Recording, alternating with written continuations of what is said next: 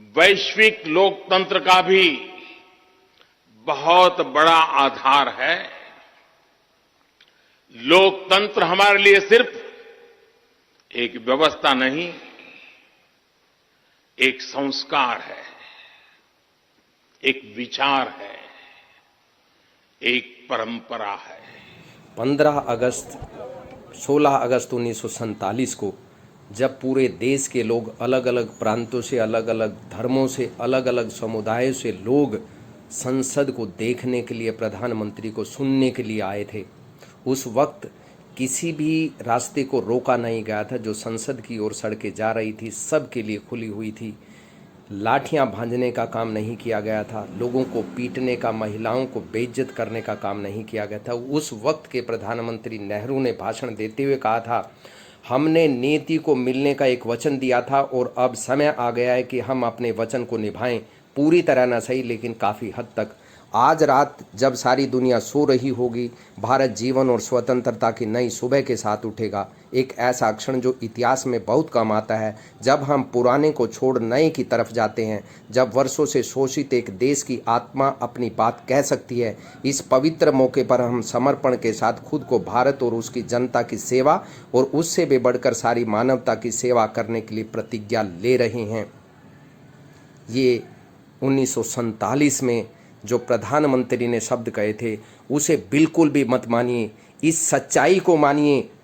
जब प्रधानमंत्री 47 में कहते हैं कि हम अपनी बात रख सकते हैं, हम इस मौके पर शोषित दबे कुचले को संभाल सकते हैं, अब इस बात को मानिए कि जो आवाज़ उठाएगा उसे कुचल दिया जाएगा। क्योंकि सत्ता के आपका अगर शोषण हो रहा है तब भी आपको बोलना नहीं है, क्योंकि राज सत्ता के आगे सब झूठे मुकदमे लगाकर दंडित करने का काम किया जाएगा। सलाखों के पीछे चक्की पीसने के लिए मजबूर किया जाएगा। इसलिए राजदंड को देखिए, राजदंड से भय खाइए और जो चौकीदार कह रहे हैं उसे सत्य मानिए, सत्य मानिए, सत्य मानिए, क्योंकि जो चौकीदार, जो शहंशाह कह रहे हैं वही सत्य है। ये जो दृश्य आप देख रहे हैं ये सत्य नहीं है, इसे सत्य मत मानिए, इसे नाटक मानिए, नाटक। न खाता न बही, चौकीदार जो कहें वही सही। मान लीजिए अमृत काल चल रहा है, पिछले 9 साल के बाद ही देश को आज़ादी मिली। पिछले 9 साल से ही पूरी दुनिया में भारत का डंका बजा। पिछले 9 साल से ही पूरी दुनिया के देश भारत को जानने लगे। पिछले 9 साल से ही भारत के प्रधानमंत्री की इज्जत पूरी दुनिया में विश्व पटल पर होने लगी। पिछले 9 साल में ही प्रधानमंत्री मंदिर में जाने लगे। पिछले 9 साल में ही बेरोजगारी खत्म हुई। पिछले 9 साल में ही मेडल आने लगे। पिछले 9 साल में ही खिलाड़ियों की इज्जत होने लगी। पिछले 9 साल में ही शिक्षा विश्व स्तर पर पहुंच गई। पिछले 9 साल में ही स्कूलों का निर्माण हुआ। पिछले 9 साल में ही यूनिवर्सिटीज़ को बनाने का काम किया गया। पिछले 9 साल में ही हिंदुओं को सुरक्षा मिली। पिछले 9 साल में ही समृद्धि आसमान छूने लगी। पिछले 9 साल में ही किसानों को सम्मान मिला और किसानों को उनकी फसल का वाजिब मूल्य मिला। किसानों की आय पिछले 9 साल में दुगनी हो गई। पिछले 9 साल में वाकई लोग अमृत काल में प्रवेश करके उसे जी रहे हैं। मान लीजिए, क्योंकि शहंशाह ने जो कह दिया वही कानून है। ये साबित एक बार नहीं कई बार करके दिखाया शहंशाह ने। और शहंशाह जब कह रहे हैं कि महिलाओं की इज्जत हमारे लिए सर्वोपरि है, तो मान लीजिए कि वो सब की इज्जत करते हैं। मान लीजिए कि वो लोकतंत्र के स्तंभकार हैं, लोकतंत्र को मजबूती देने वाले हैं। ये मान लीजिए महिलाओं की जंतर मंतर पर पिटाई हो, उसको कतई मत मानिए। शहंशाह जब उद्घाटन सेंट्रल विस्टा का कर रहे हों तो उसी को सत्य मानिए। किसान महिला पहलवानों के समर्थन में दिल्ली के बॉर्डर पर जुट जाएं, उसको कतई मत मानिए।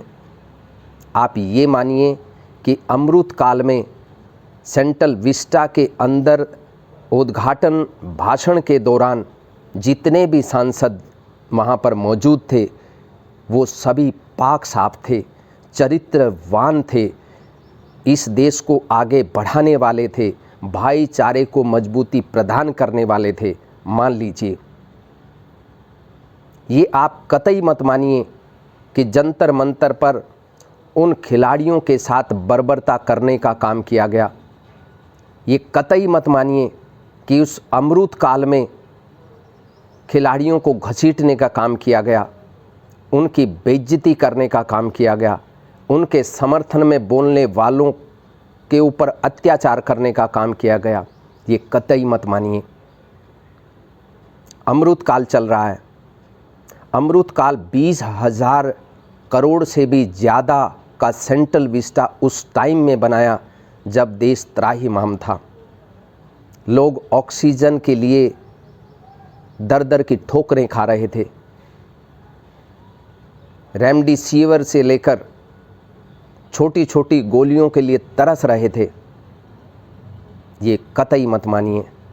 ये मानिए कि देश को बचाने का काम किया गया। ये मान लीजिए कि फ्री में वैक्सीनेशन कराने का काम एक ही व्यक्ति ने किया, अपनी जेब से किया, अपने पैसों से किया, अपनी लगन और मेहनत से किया। ऐसी सोच को सलाम करिए, क्योंकि अमृत काल चल रहा है। नई संसद नए विजन के साथ भारत को विकसित राष्ट्र बनाने का काम करेगी, ये मान लीजिए। ये कतई मत मानिए कि भारत की प्रेस की आज़ादी पूरी दुनिया में 161 नंबर पर है। आप ये मानिए कि पूरा डंका पीटा जा रहा है। अमृत काल के दरमियान शहंशाह के कसीदे पढ़ने का काम जो किया जा रहा है उसे सत्य मान लीजिए। ये कतई मत मानिए कि 1947 15 अगस्त 16 अगस्त के दरमियान जो पूरे देश के लोग, पूरे सभी धर्मों के लोग, सभी इलाके के लोग संसद में उस उत्सव को मनाने के लिए, उसे देखने के लिए उमड़ पड़ी थी जनता। भारत की आज़ादी का जश्न मनाने के लिए उस संसद को अपना मानते हुए वो प्रधानमंत्री को सुनने के लिए वहाँ पर आए थे। कतई मत मानिए। ये कतई मत मानिए कि 1947 में जो संसद की ओर सड़कें जा रही थी वहाँ कोई भी बैरिकेड नहीं लगाया गया था। ये कतई मत मानिए कि किसी को रोकने का काम नहीं किया गया था। इसे आप सत्य मत मानिए, क्योंकि इतिहास गलत लिखा गया होगा। अब जो इतिहास लिखा जा रहा है वही सत्य है। ये कतई मत मानिए कि इकबाल का गाया हुआ वो गीत सेंट्रल विस्टा में गाने का काम किया जाएगा, सारे जहां से अच्छा हिंदुस्तान हमारा, हम बुलबुलें हैं उसकी। ये कतई मत मानिए। ये मानिए कि इकबाल को सिलेबस से बाहर करने का जो निर्णय लिया गया वही सत्य है। अमृत काल चल रहा है। अमृत काल में अमृत वाणी को सुनिए।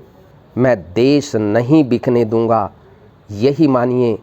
पूरी इंडस्ट्री को, पूरे देश को, पूरी देश की संस्थाओं को बेचने का जो काम किया गया उसे कतई मत मानिए। झांसे में मत आइए, क्योंकि शहंशाह जो बोल रहा है वही सत्य है, वही सत्य है, वही सत्य है।